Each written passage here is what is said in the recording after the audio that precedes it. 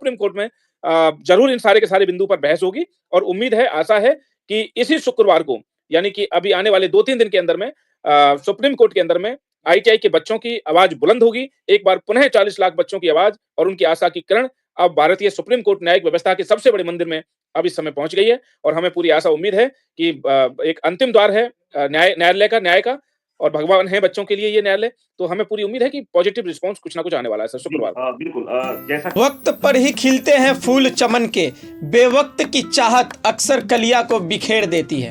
जी हाँ, क्या अब समय आ चुका है रेलवे ग्रुप डी आईटीआई वालों का फूल खिलने का? लग तो वैसा ही रहा है।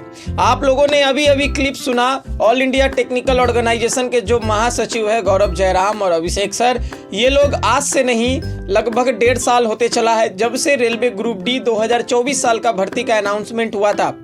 होने के बाद एजुकेशनल क्वालिफिकेशन के साथ रेलवे रिक्रूटमेंट बोर्ड छेड़छाड़ करती है, यानी कि आईटीआई को पहले बोलती है लागू करेगी और अचानक 10 से 15 दिन बाद एक नोटिस जारी करके बोलती है कि आईटीआई का अब जरूरत नहीं है ग्रुप डी की भर्ती में, यानी कि नॉर्मली 10वीं पास बंदे इसको आवेदन कर सकते हैं।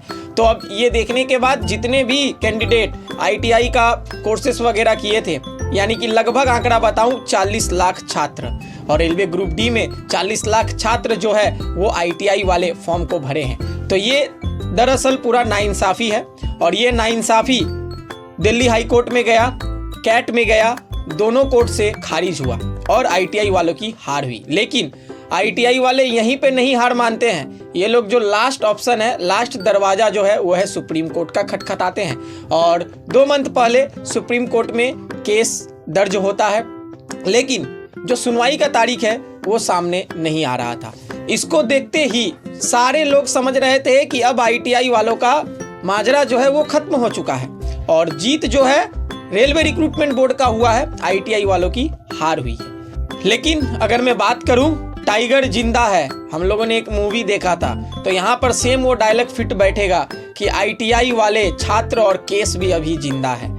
यानी कि अब फाइनली सुप्रीम कोर्ट के तरफ से जो पीआईएल सुप्रीम कोर्ट में दाखिल हुआ था, सुप्रीम कोर्ट ने इस केस को मंजूरी दे दी है और मंजूरी देते के साथ उन्होंने ये कहा है कि इसी हफ्ते एक डेट सुप्रीम कोर्ट देगी और इस केस के ऊपर सुनवाई करेगी।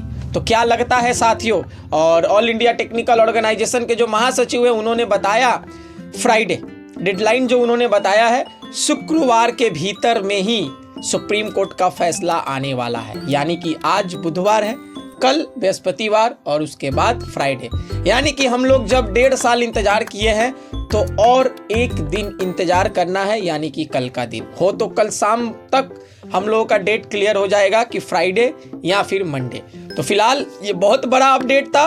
और बता दूं, जिन लोगों का कहना है कि रेलवे ग्रुप डी का एग्जाम तो खत्म हो चुका है 90%, महज 10% एग्जाम बचा है जो फरवरी मंथ में 10 तारीख तक कंडक्ट कराया जाएगा। लेकिन ये भी बता दूं, अगर सुप्रीम कोर्ट को लग जाता है कि रेलवे रिक्रूटमेंट बोर्ड ये गलत की है छात्रों के साथ, तो ये सारा जितने कैंडिडेट 1 करोड़ कैंडिडेट जो एग्जाम दिए हैं भैया, ये सभी को एग्जाम कैंसिल होगा, फिर से सुनवाई होगा, फिर से ये सारे केस का मामला दर्ज होगा, उसके बाद फिर देखा जाएगा क्या होगा। तो अभी अगर मैं बोलूं तो ये भर्ती मंदिर में लटके घंटी का तरह हो चुका है, बस लटक कर झूल रहा है। अब कब क्या फैसला होगा ये अभी किसी को नहीं पता है, हम लोगों को इंतजार करना है फ्राइडे के दिन। फिलहाल ऐसे ही अपडेट के लिए चैनल को सब्सक्राइब करके रखें, फॉलो करके रखें। मिलते हैं नेक्स्ट वीडियो में, तब तक के लिए जय हिंद, जय भारत, वंदे मातरम।